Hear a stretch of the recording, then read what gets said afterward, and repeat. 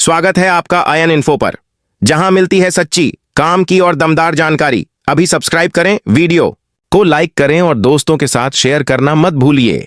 Ion info, जहां ज्ञान है ताकत। सारू की जिंदगी इस वक्त ऐसे मोड़ पर थी जहां हर तरफ अंधेरा ही अंधेरा नजर आ रहा था। एक तरफ घर के लोग उस पर भरोसा खो चुके थे, दूसरी तरफ अनिका की साजिशें लगातार तेज होती जा रही थीं।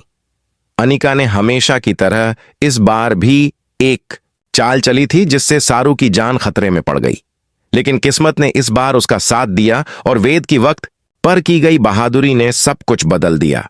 उस दिन की सुबह आम नहीं थी, हल्की सी बारिश हो रही थी और सड़कों पर सन्नाटा था। वेद ऑफिस जाने के लिए निकल चुका था, लेकिन उसके दिल में बेचैनी थी।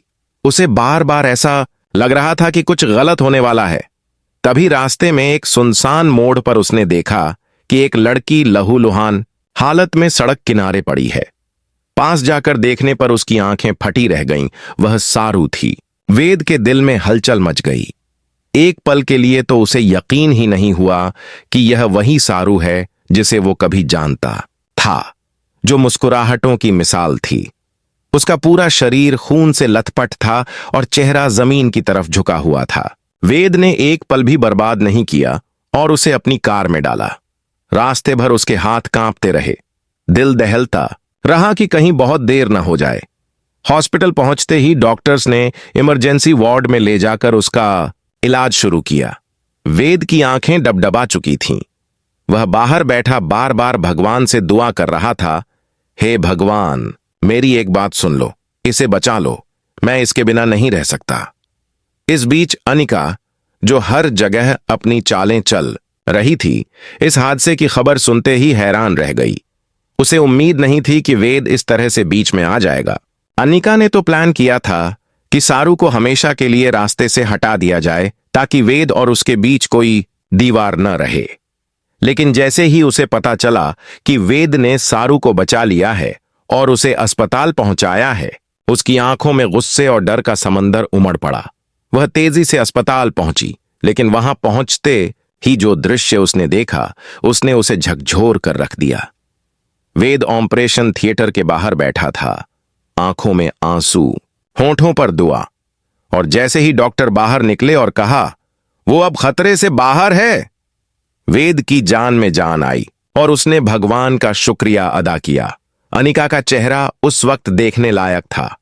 वह समझ नहीं पा रही थी कि अब क्या करे। वेद, जो उसके नजदीक आने लगा था, अब दोबारा सारू के लिए अपनी जान तक देने को तैयार था।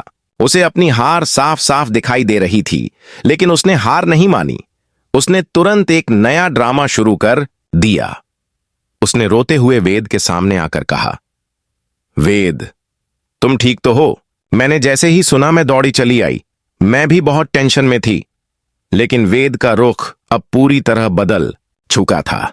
उसने अनिका की तरफ बिना देखे जवाब दिया, अगर सच में तुम्हें टेंशन होती तो तुम यहां सबसे पहले होती, मैं नहीं। यह सुनकर अनिका को एहसास हो गया कि वेद अब उस पर भरोसा नहीं करेगा। दूसरी ओर अस्पताल में सारू को होश आने लगा था। उसकी आंखें खुलते ही सामने वेद का चेहरा दिखाई दिया। एक हल्की सी मुस्कान उसके चेहरे पर आई, लेकिन साथ ही आंसू भी निकल पड़े। उसने धीमी आवाज में कहा, तुम मुझे बचाने आए? वेद ने उसका हाथ थाम लिया और कहा, मैं हमेशा तुम्हारे साथ हूं। अब किसी की भी हिम्मत नहीं जो तुम्हें तकलीफ पहुंचाए। इस एक पल में सारू और वेद के रिश्ते ने एक नई शुरुआत ली। उनके बीच की सारी गलतफहमियां जैसे एक झटके में खत्म हो गईं। वेद ने फैसला कर लिया था कि वह अब अनिका की कोई भी साजिश कामयाब नहीं होने देगा। उसने सारू से वादा किया कि जब तक वह जिंदा है, उसे कोई भी नुकसान नहीं पहुंचा सकता। सारू की हालत धीरे धीरे बेहतर हो रही थी, लेकिन उसके जख्म गहरे थे, सिर्फ शरीर पर नहीं, दिल पर भी। और वेद ने ठान लिया था कि वह अब उसका हर जख्म भरकर रहेगा। अनिका ने अभी हार नहीं मानी थी। उसने बाहर आकर अपने पिता से बात की और कहा, पापा, अगर अब भी हम चुप रहे तो सब खत्म हो जाएगा। वेद मेरे हाथ से जा रहा है और उसकी वजह सिर्फ सारू है। हमें कुछ बड़ा करना होगा। उसके पिता ने भी हामी भरी और एक नई साजिश रचने की तैयारी शुरू कर दी। इस बीच अस्पताल में एक और मोड़ आया। डॉक्टर ने वेद को बताया कि सारू के खून में कुछ नशीले पदार्थ पाए गए हैं जो इस बात का इशारा करते हैं कि उसे किसी ने जानबूझकर नुकसान पहुंचाया है।